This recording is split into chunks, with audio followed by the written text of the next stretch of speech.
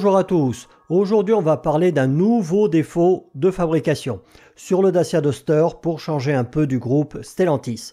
Mais avant ça, il existe un contrat social entre le citoyen et l'État. Le premier renonce à la violence privée, en contrepartie de quoi le second s'engage à le défendre et protéger. À l'heure actuelle, il ne se passe pas une semaine, voire une journée, sans qu'on nous annonce un meurtre horrible, la plupart du temps perpétré par un étranger en situation irrégulière, voire sous OQTF. L'État ne remplit plus son devoir. Il ne lui faudra donc pas s'étonner si les citoyens décident de faire le boulot à sa place. Et pour les trolls de service, je rappelle que c'est ma chaîne et que moi seul décide de ce qui est hors sujet ou pas. Voilà, maintenant qu'on est dans une ambiance détendue, festive et entre patriotes, on va pouvoir parler des mésaventures du Dacia Duster. Dacia au début, c'était des voitures simples, fiables et économiques qui passaient partout. Elles étaient fabriquées avec des pièces éprouvées et en 2024, c'était la troisième marque la plus vendue en France, juste derrière Renault et Peugeot. La Sandero, quant à elle, a été plusieurs fois et était toujours en 2024 la voiture la plus vendue en Europe.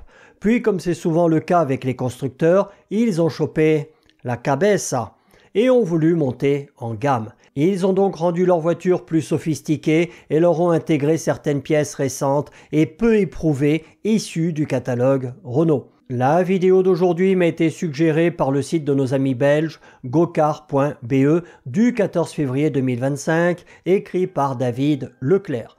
Pourquoi Dacia arrête subitement la livraison des Duster en Belgique? J'en profite pour saluer la charmante Lotocopéki et nous allons travailler sur un article de Motor Actu écrit le 14 février 2025 par Faris Boukala.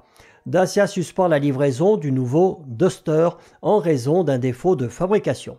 Page 2, Dacia suspend temporairement la livraison du nouveau Duster en raison d'un défaut de fabrication affectant le système ABS. Plus d'une centaine de véhicules sont concernés, entraînant un retard dans les livraisons. 100 véhicules en Belgique. Plus bas, on nous explique que ça concerne sur la troisième génération du modèle le connecteur R107 du câblage de l'ABS. Composant qui est essentiel pour empêcher le blocage des roues lors d'un freinage d'urgence. Je ne sais pas vous, mais moi sur ma voiture, j'ai toujours trouvé que l'ABS rallongeait les distances de freinage au lieu de les raccourcir et ne se déclenchait pas toujours à bon escient.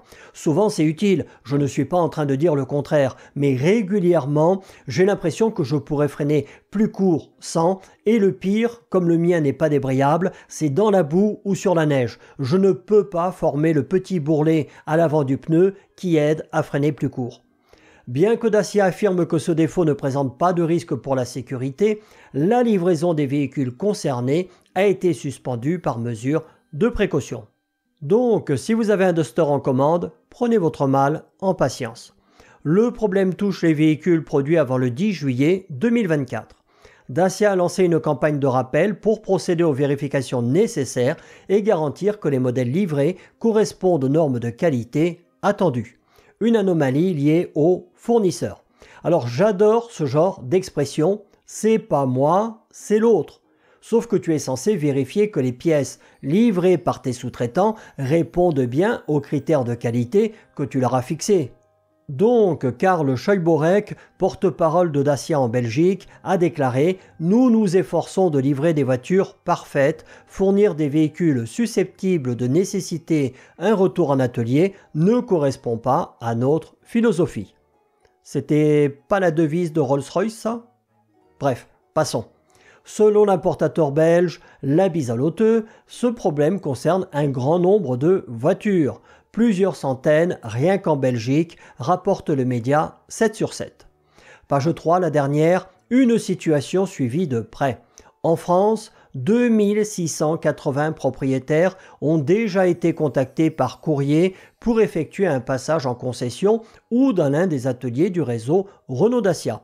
Petit aparté, dans ma dernière vidéo, je vous parlais des problèmes beaucoup plus graves de la DS7 pour lesquels c'était à vous de vérifier si votre véhicule était concerné alors que DS se veut une marque haut de gamme.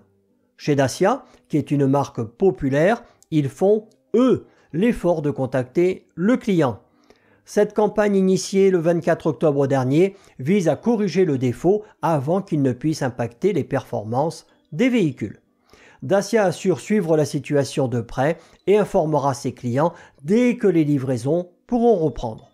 La marque rappelle son engagement envers la qualité et la satisfaction client en mettant tout en œuvre pour résoudre ce problème rapidement.